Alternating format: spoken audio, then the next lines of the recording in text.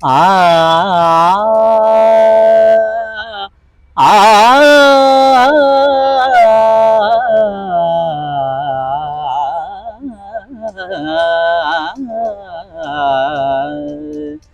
मेघ श्याम घन श्याम, मेघ श्याम घन श्याम, श्याम रंग तन छायो, मेघ श्याम घन श्याम, श्याम रंग तन छायो, बादल के रूप श्याम, बादल के रूप श्याम, प्रेम रंग बरसायो, मेघ श्याम घन श्याम, उमड़ घुमड़ घटा घोर, उमड़ घुमड़ घटा घोर, बादरवा करे शोर, बादरवा करे शोर, गोपी संग बनवारी, सब ही श्याम रंग भयो, मेघ श्याम घन Shyam.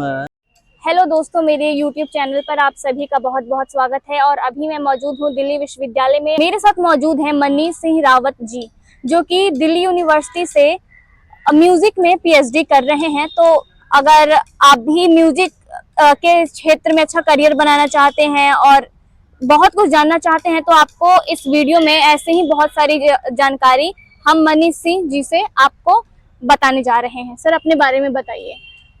First of all thank you so much. मैं आप सभी दर्शकों को प्रणाम करता हूं और वर्तमान में मैं संगीत से मैं PhD कर रहा हूं, जो कि हमारा music faculty of music fine arts हमारा इधर नॉर्थ कैंपस में ही है। ये सोशल वर्क के जो सोशल वर्क स्कूल है उसके बगल में पड़ता है।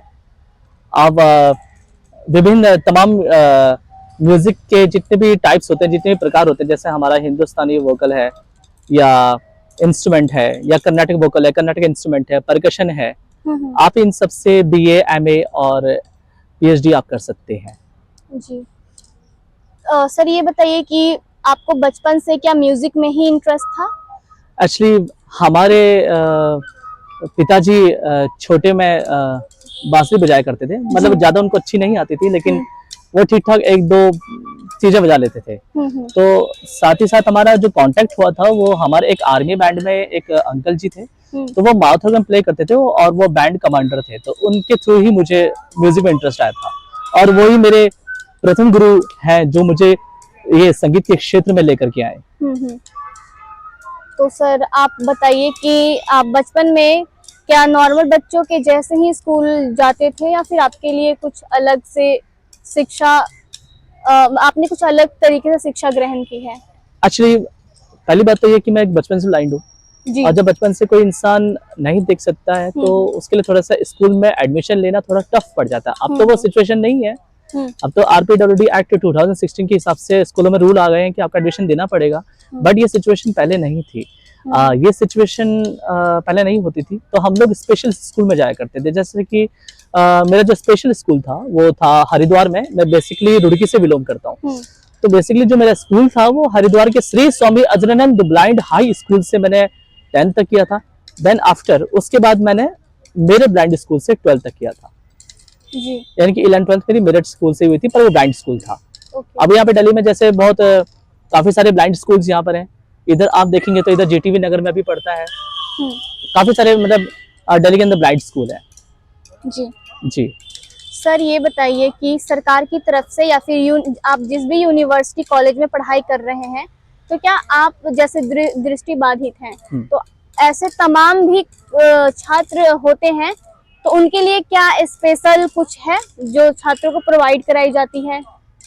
देखिए, मेरा जो एक्सपीरियंस अब तक का रहा है तो उसमें यही होता है कि आप जब यूनिवर्सिटी में जब आप एडमिशन लेते हैं तो आपको EOC यानी कि इक्वल अपॉर्चुनिटी सेल के द्वारा आपको लैपटॉप काफी वितरण कराया जाता है दृष्टिबाधित बच्चों को, और साथ ही साथ रिकॉर्डर डिवाइस यानी कि एंजल प्लेयर के नाम का एक डिवाइस होता है जो कि बच्चों को यूनिवर्सिटी की तरफ से प्रोवाइड कराया जाता है। जो कि जब बच्चा जब तक कॉलेज पढ़ रहा है तो तब तक ही उस बच्चे को वो डिवाइस लैपटॉप दिया जाता है। बाद में जब वो बच्चा पास आउट जाता है उस बच्चे से फिर वो लैपटॉप ले लिया जाता है। जी हाँ जी, ये सुविधा दी जाती है। और साथ ही साथ यूनिवर्सिटी में जो इक्वल अपॉर्चुनिटी सेल डिपार्टमेंट है, यहाँ पे आपको राइटर्स की या रीडर की सुविधा मिल जाती है। सबसे बड़ा जो चैलेंज होता है वो पढ़ाई को लेकर के सबसे बड़ा चैलेंज होता है कि आप टेक्नोलॉजी के माध्यम से आप कितना भी पढ़ाई करोगे, लेकिन रिकॉर्डिंग होती है। लेकिन दुख की बात है कि काफी सारी जगह जितने भी एनजीओज हैं या यूनिवर्सिटीज हैं, सबने रिकॉर्डिंग्स करनी बंद कर दी अब बिकॉज स्कैनर के द्वारा बुक को मतलब स्कैन करके दे रहे हैं, पीडीएफ में कन्वर्ट करके दे रहे हैं, जो कि जो ब्लाइंड बच्चे होते हैं वो तमाम एप्लीकेशंस के थ्रू पढ़ते हैं। लेकिन अब as a PhD research scholar उसमें समस्या ये हो जाती है कि आप जब किसी किताब को पढ़ रहे हैं तो आपको ये नहीं पता लग पा रहा है कि फुट नोट कहाँ पर है। तो ये चीज थोड़ी समझने में समस्या हो जाती है कि हाँ कि फुट नोट कहाँ पर होगा, हम कैसे उसको लगाएंगे। तो मेरा तो यही मानना है कि रिकॉर्डिंग ही सबसे हमारे लिए बेस्ट थी। और रिकॉर्डिंग फिर से यूनिवर्सिटी में एक बार फिर से जो हमारी जो ब्रेल लाइब्रेरी है उसमें रिकॉर्डिंग फिर से चालू हो जानी चाहिए, क्योंकि जितना भी आप पीडीएफ को पढ़ेंगे आपको वो ठीक है आपको पढ़ के सुना देगा, आपको कंप्यूटर या फोन आपको पढ़ के सुना तो देगा, बट आपको कुछ चीजें नहीं पढ़ पाता है वो ढंग से, या उल्टे सीधे सेंटेंस को पढ़ लेता है, या कभी कभी आगे पीछे सेंटेंस वो पढ़ के सुना देता है। तो ये थोड़ा सा हमारे लिए सबसे बड़ा डिफिकल्टी सबसे बड़ा यही होता है। और इसलिए हमको मजबूरी ना होते हुए भी मजबूरी में हमें रीडर रखना पड़ जाता है जो कि हमें पढ़ के सुनाएगा, या हमें रिकॉर्डिंग करानी पड़ती है अलग अलग जगहों से पैसा वैसा देकर के हमें रिकॉर्डिंग कराना पड़ता है। ये विभिन्न तमाम मतलब चैलेंजेस आते हैं।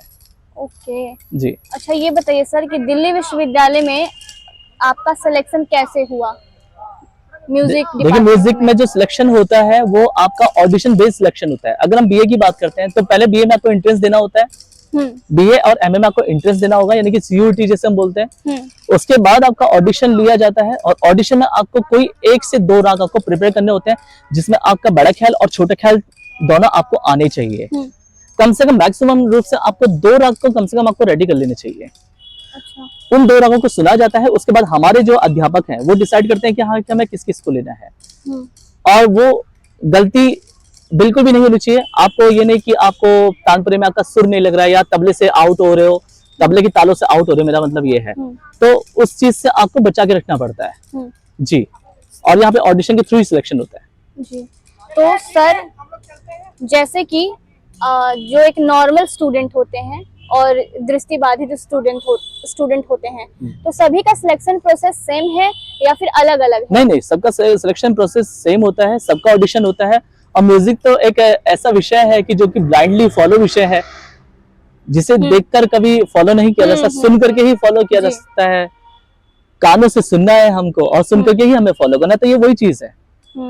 आप थ्योरी में तो ठीक है जितना मर्जी कर लेंगे, लेकिन प्रैक्टिकल में आपका सबसे ज्यादा यहाँ पे देखा जाता है। थ्योरी में तो ठीक है आपकी 40% आपकी थ्योरी अच्छी होनी चाहिए यहाँ के हिसाब से, एंड 60% आपका प्रैक्टिकल ही कंप्लीट होना चाहिए, तभी आप यहाँ पे सिलेक्शन पा सकेंगे। तो सर जैसे क्लासेस वगैरह आपकी होती हैं, तो आप लोगों के लिए अलग होती हैं या फिर सबके साथ में ही सबके साथ मिलकर के क्लासेस होती हैं, सबके रूम अलग अलग बने हुए हैं आपको। और हमारा ये महान मानना पड़ेगा इस दिल्ली विश्वविद्यालय को कि हमारे यहाँ इतने अच्छे संस्कार हैं हमारे डिपार्टमेंट के। आज संस्कार इतने अच्छे हैं कि आज बच्चे किसी और कॉलेज में होता हो या ना होता, लेकिन हमारे डिपार्टमेंट में ऐसा जरूर होता है कि टीचर को पांव छू के प्रणाम करते हैं। हमारे जितने भी गुरुजन होते हैं उनको पांव छू के प्रणाम करते हैं। कोविड वाला जब दौर था तो उसमें भी हम लोग ये नहीं सोचते कि उस टीचर को हम उनको छुएंगे तो क्या पता उनसे हमें कोविड हो जाएगा, कुछ भी अच्छा हो जाएगा। हम उनको छूने के ना बजाय हम जहाँ पे टीचर के पांव पड़ते थे यानी कि धरती में, तो ऐसे धरती को टच करके उनको प्रणाम करते थे। तो ये हमारे डिपार्टमेंट के सबसे बड़े संस्कार है।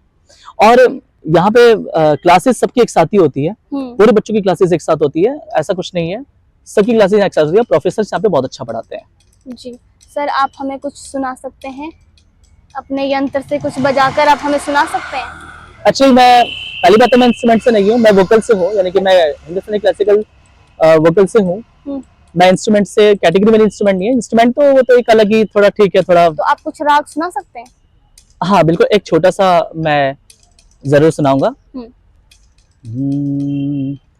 अभी बारिश वाला मतलब चीजें, मतलब बारिश वाली चीजें चल रही है आजकल, बारिश हो रही है, तो फिर उसमें एक राग है मेघ के नाम से, यानी कि मेघ मल्हार के नाम से।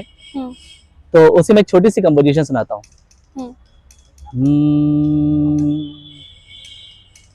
आ आ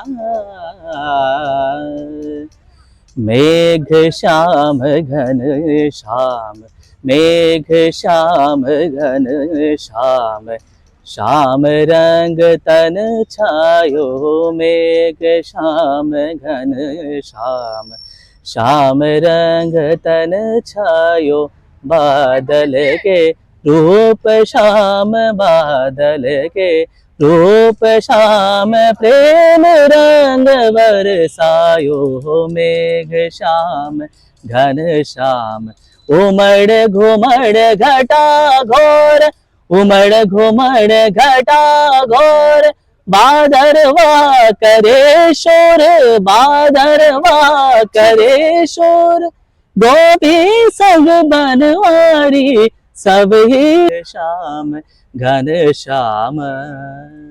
thank you so much sir, thank you sir, thank you so much. Thank you so much, thank